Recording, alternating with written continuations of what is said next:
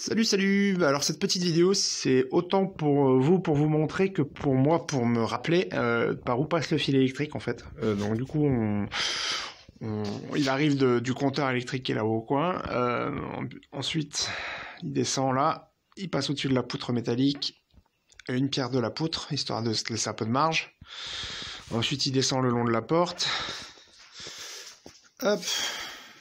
Il passe entre les pierres, il va passer par ici, là, les deux premières prises qu'on va mettre là. Il va passer là en dessous. Ensuite, il va arriver à l'intérieur de la deuxième niche. Les prises sont déjà prêtes, elles sont là.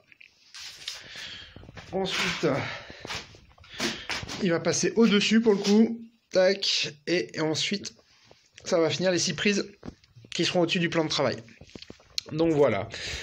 Donc du coup, dans le respect des normes électriques qui va bien, ces prises, elles servent pas pour le frigo, pour le four, etc. C'est vraiment des prises de petit électroménager pour le plan de travail de la cuisine. Donc ça va être la cafetière, ça va être la bouilloire, ça va être ce genre de choses, quoi. Donc voilà. Allez. La suite, je vais attaquer l'enduit pour commencer par cacher le fil là-haut et ensuite boucher les trous en fait, tout simplement. Donc le fil arrive par là, je le fais monter, pour l'instant il n'est pas encore dans la gaine mais je l'ai fait rentrer dans la gaine à cet endroit-là et là j'ai changé un disjoncteur pour en faire du 16 ampères comme demandé.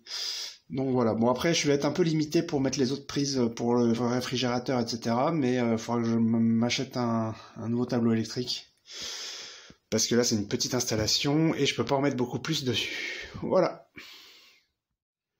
Donc tant qu'on va en être à refaire en fait les joints là, on va refaire aussi le contour de la porte. Du coup on a creusé le béton qu'ils avaient mis. Et on a replacé des pierres pour à froid, hein, comme on dit aussi, pour pouvoir dire voilà, celle-là on va les remettre là, on va les remettre là, celle-là là, celle-là là, celle-là là, celle-là là. Et puis du coup on n'avait pas assez de pierres pour boucher le bas. Donc il y aura le meuble de cuisine, donc c'est pas très grave. Et dans le jardin, du coup on est allé sélectionner quelques pierres qu'on avait en réserve. Donc il va falloir les frotter, les nettoyer, et puis après ça on pourra les poser, éventuellement les tailler un petit peu pour pouvoir faire en sorte que ça rentre. Donc il y en a une grande plate, la blanche là, qui viendra par-dessus ça là. Il y a la grande qui est là, qui va pouvoir venir se mettre dans le grand renfoncement qui est là. Puis après ça c'est des petites pierres, plus pour boucher les petits trous s'il y en a.